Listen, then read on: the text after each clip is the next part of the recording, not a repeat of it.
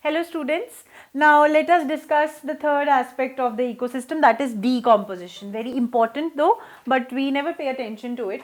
Yes, it is very important because whatever nutrients are available on earth, that is the result of decomposition only. If it is to be taken from the organic substrate, that is the living organisms, whatever nutrients they have accumulated in the terms of secondary productivity, that has somehow to reach back the soil itself. So how that takes place? That would take place by the process of decomposition. Very important. Time and again I'm repeating. When I'm saying that it is about decomposition, another thing that I need to take into consideration is detritus food chain.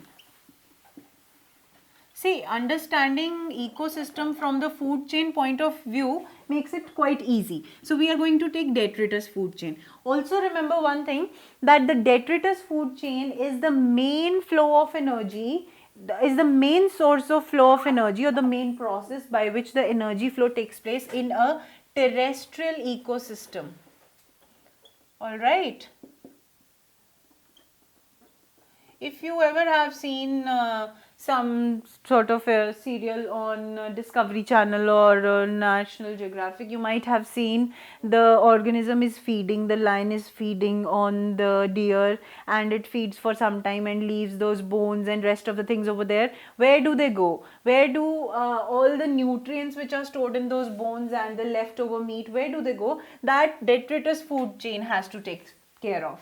Now the terrestrial ecosystem, the main flow of energy is by detritus food chain, and in the aquatic ecosystem, that is grazing food chain. Grazing is that one is eating the other one, and in detritus food chain, one organism is decomposing the other, while is the other one is yet again contributing to the decomposition of that organism.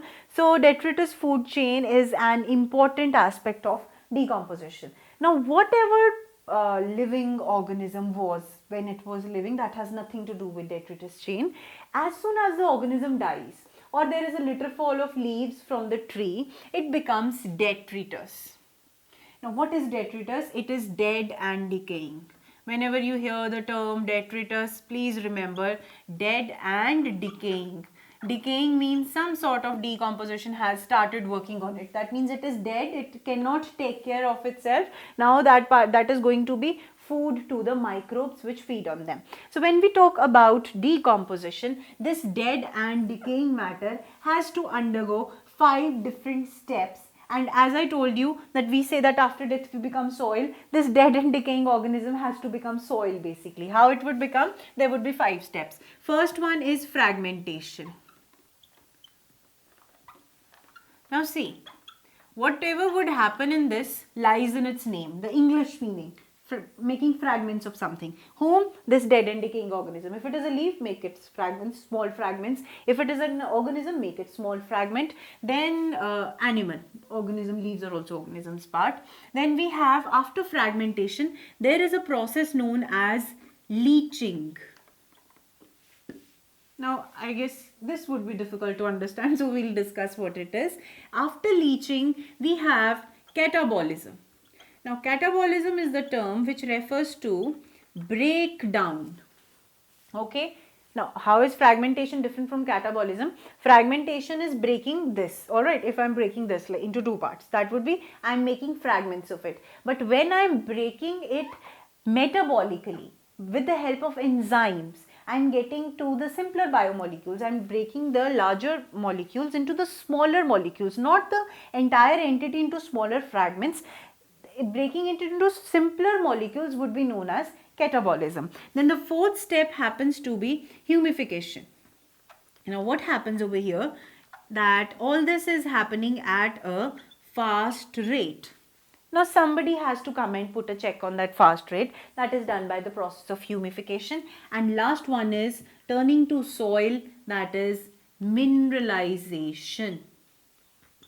So this is what decomposition is going to be all about. Let's take each of this part individually.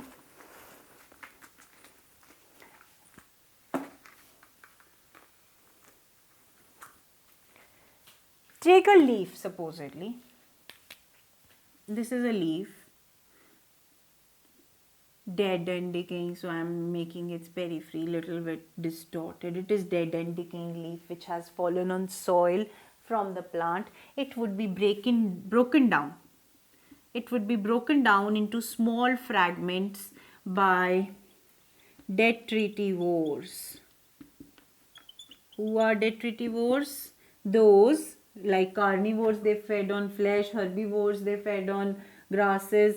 Those vores which are going to feed on detritus, they would be detritivores. Take the example, we have earthworm. Okay, those are the detritivores. They just make fragments of the dead and decaying matter. Okay, this is the leaf we are talking about. Let's take a dog over here, a dead dog. So the dead dog would be first eaten by vultures and all. The scavengers would break down its parts and leave nothing over there, and almost nothing would be there. There would be only bones. Then there would be few microbes which would come and fragment those bones. So the fragmentation process is done by the detritivores. When these fragments are done, these come in contact with the soil. So all the soluble organic components in this, supposedly there are soluble inorganic components, water soluble, supposedly water falls over there, or the moisture in the soil is going to take those organic constituents and it is going to seep deep in the soil. That process is known as leaching.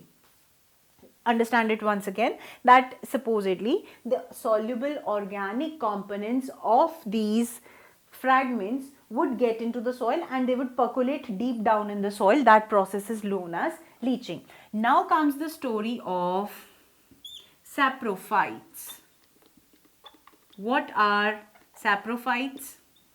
We have discussed earlier.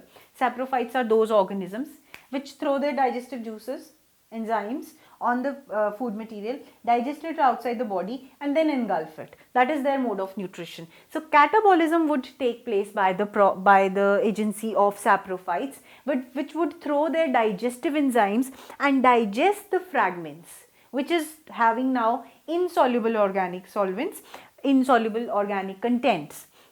Leaching took away the soluble organic contents. Now whatever it is left with inorganic components and the insoluble organic components. So the insoluble organic components would be digested by the digestive enzymes of the saprophytes, which would be, for instance, mostly it is the fungi.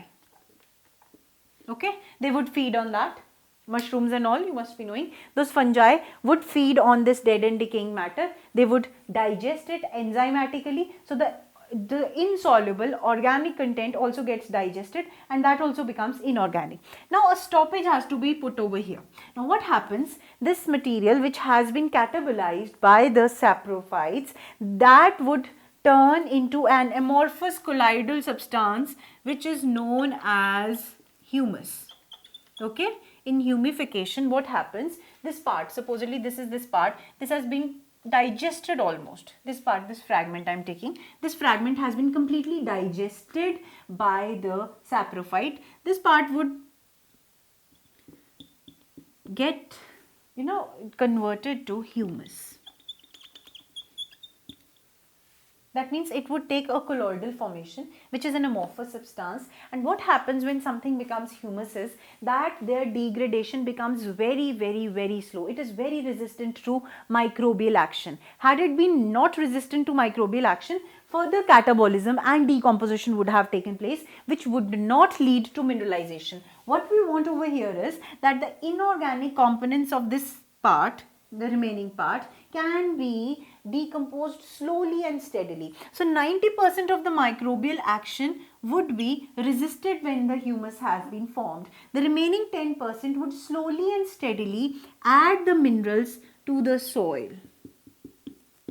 Okay, so you see it all started with a leaf, a proper leaf. It got broken into the pieces by fragmentation. Whatever was soluble in water, organic part, that got leached into the soil. Then whatever was left, that organic, insoluble and inorganic, that was digested by the saprophytes enzymes outside the body itself. Then that digested part which had undergone catabolism, that was meant to undergo the process of humification, where it became the humus, and as soon as the microbial action declined to almost 90%, the remaining of the decomposition took place by the means of mineralization, where minerals were added to the soil. So in this way, the leaf which became as a result of soil ultimately becomes soil. So the decomposition process is very, very important, because it leads to the fourth important aspect, that is the nutrient cycling. So we are going to discuss nutrient cycling, the nutrients, the most important nutrients for the plants,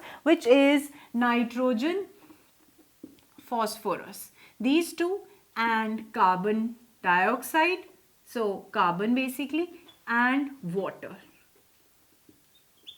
These four different cycles, basically we are dealing with N, P and C, nitrogen, phosphorus and carbon, how these nutrients are circulated on earth in the various biomes, and how the cycling takes place, how their resources are always kept abundant so that it is available for the productivity, that we are going to study under nutrient cycling. And do remember, this decomposition process has a wide